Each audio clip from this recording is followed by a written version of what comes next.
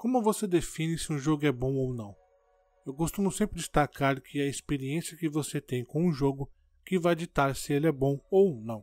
Temos vários exemplos por aí onde um jogo pode ser bom para um, mas não tem o mesmo efeito para o outro.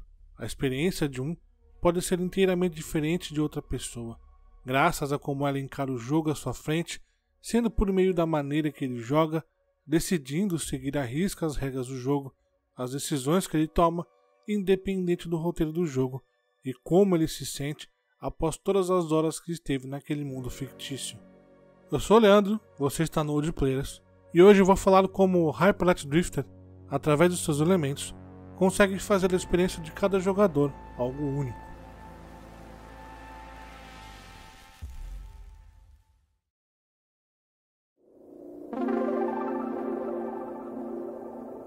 Ele parte de um princípio onde tudo passa a ser novo para o protagonista, trazendo o jogador inteiramente para dentro do jogo, ao vivenciar uma aventura rumo a lugares desconhecidos. O que o jogo fornece de informação para o jogador é um tutorial inicial, explicando regras básicas do jogo e inserindo o jogador ao mundo em questão. O problema, ou melhor, a parte boa do jogo, é que ele não te prende ao direcioná-lo para onde ir, ou melhor, e isso vindo de alguém que adora uma boa história. O jogo não perde tempo enchendo o jogador com camadas e mais camadas de história. A partir do momento que já te explicou o básico, você está livre para colocar a sua agência em prática e decidir para onde quer ir. O que me motivava em seguir com essa missão não revelada diretamente era ver que o protagonista estava sofrendo com algum tipo de doença. Volta e meia o vemos sofrer, ao tossir sangue e cambalear sempre que isso acontece. Visualmente, os devs trabalharam muito bem em passar toda essa situação desconfortável para o jogador. A tela falha nos momentos em que ele tosse, o controle vibra e um simples momento de game feel é crucial para nos manter por dentro de todo aquele drama vivido pelo protagonista.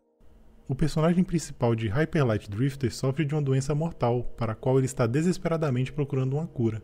Isso o assombra infinitamente. Isso é algo com o qual estou profundamente familiarizado.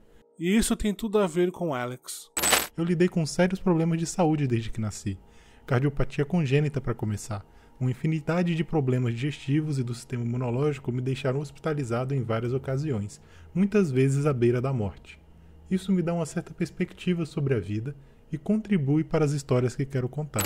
E é brilhante a forma como o jogo tem a capacidade de compartilhar essa história de vida que é complexa e privada de seu criador com o jogador.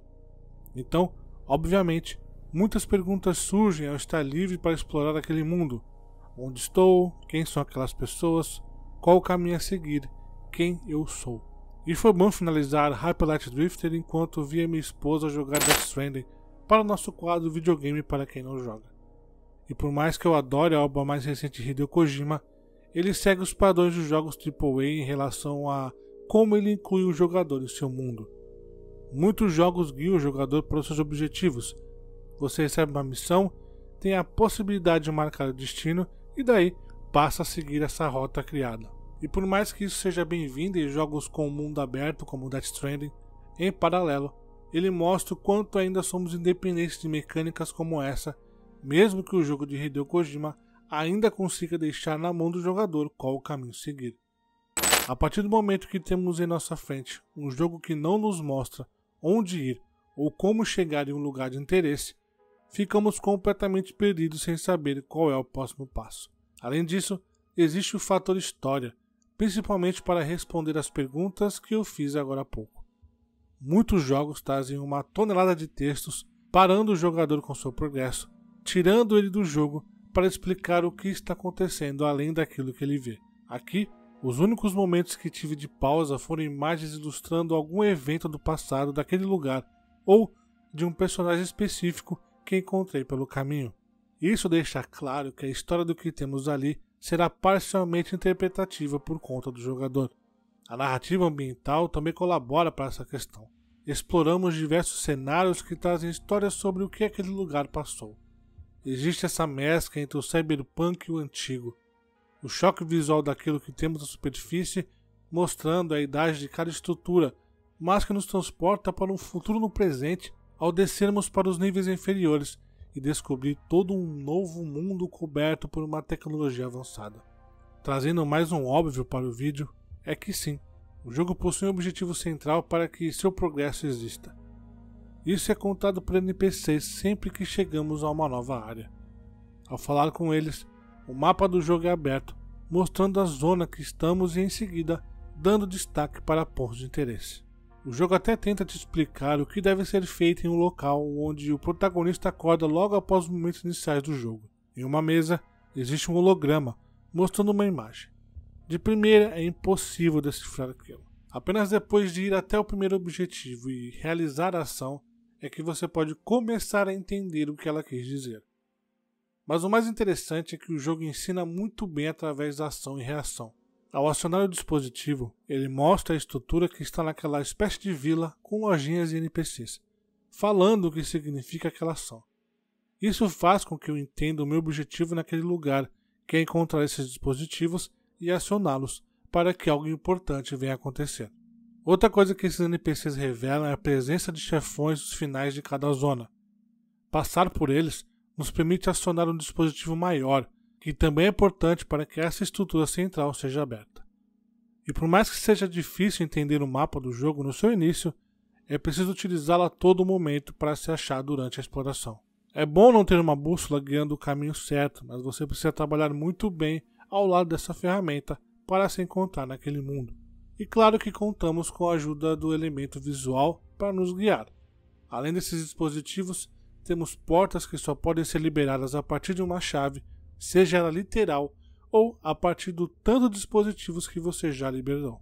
Então, é bom trabalhar a memória para encontrar lugares já explorados e resolver esses pequenos quebra-cabeças que existem no jogo. E aqui entra a experiência. O jogo não se narrar para mim não foi um problema. Não ter as explicações do que estava acontecendo a cada 5 minutos não atrapalhou aquela narrativa que o jogo trabalhava. Ter as lembranças de eventos passados através dessas imagens parecia o bastante. Esse tipo de explicação não fazia com que o jogo desse passos a mais em relação à sua proposta e nem parecia pobre, deixando o jogador sem qualquer pista do que encontraria pela frente. É um jeito simples, porém eficaz, de deixar o jogador imerso e que tenha empatia, mesmo que isso soe um exagero em relação a alguns personagens encontrados. É o tipo de jogo que não saber de certas coisas acaba sendo algo positivo. Tudo bem se você não sabe que lugar é aquele. Por que existe toda essa tecnologia abaixo de seus pés? O que é esse robozinho que fica me seguindo? Por que chefões? Quem são esses inimigos? Você está ali para um único objetivo e é isso que deve fazer, independente de saber do mundo antes de você. Agora, o que eu precisei saber e rápido foi como o seu combate funcionava. Eu sei que você já está cansado de compararem ou trazerem à tona os jogos da From Software para se criar um parâmetro de dificuldade, fazendo com que você entenda o quão difícil é um jogo. E para sua alegria, eu não irei fazer isso. Até porque não é preciso. O estilo de jogo aqui não é difícil de entender. Difícil era sair vivo dos embates. Temos por todos os cantos diferentes tipos de inimigos. É importante ficar ligado em suas movimentações e decorar seus ataques. Não tem nada fora da caixinha aqui. É preciso sim ter os reflexos em dia e ir conhecendo bem o arsenal que o protagonista tem ao seu dispor, que conta com uma espada ou um sabre de luz, chama como preferir. Existem também as armas de fogo que podem ser encontradas durante a exploração. Temos granadas e o dash. O jogo então sempre irá colocar mais de um tipo de inimigo em uma sala com o nosso personagem. Ele visualmente quer assustar o jogador mostrando dificuldade através da quantidade. Mas na maioria dos encontros, um ou outro inimigo acaba tendo uma barra de vida mais extensa, tornando-o mais difícil a ser eliminado entre todos os presentes. Então o que temos é uma satisfação de realização ao eliminar inimigos mais fáceis que estão em maior quantidade, que vai aumentando a confiança para os embates mais complicados. Mas no final, a estratégia é o jogador que cria. Você pode ir de peito aberto para o confronto, pode utilizar o level design como defesa em determinados momentos, pode até usar a força de inimigos maiores ao atrair seus golpes em direção a inimigos menores. Você utiliza as ferramentas que tem à mão da maneira que lhe convém. Morrer será inevitável em Hyper Light Drifter, mas isso não faz do jogo injusto, e como disse Henry Ford, o insucesso é apenas uma oportunidade para recomeçar com mais inteligência. Cada morte ensina algo no jogo. Você volta e aplica aquilo que aprendeu. E nem existe tempo para lamentação. O tempo entre o personagem morrer e retornar ao jogo é quase inexistente, o que trabalha para impulsionar o jogador a sempre seguir em frente. E agora sim é o momento de comparar esse jogo aos da From Software, mas pode ficar calmo porque não é sobre a dificuldade, é sobre como ele pode ser épico mesmo sendo proporcionalmente menor. Isso vem desse sentimento de realização ao explorar e resolver os quebra-cabeças. Isso vem das batalhas contra os chefões que encontramos. São duelos duros, difíceis. É colocado em prática tudo aquilo que você foi aprendendo durante todo o jogo. E aí temos esse estilo de arte que marca a indústria do videogame.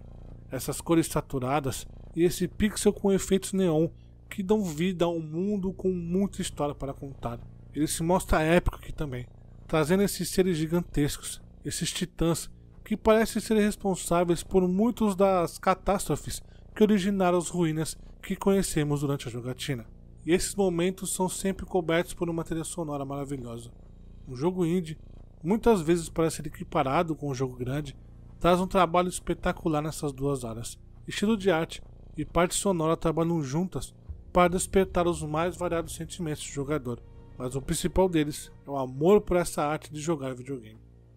Hyper Light Drifter já tem mais de 5 anos de idade, e só depois desse tempo todo que consegui parar para jogar. Ele é tão fresco quanto em seu lançamento.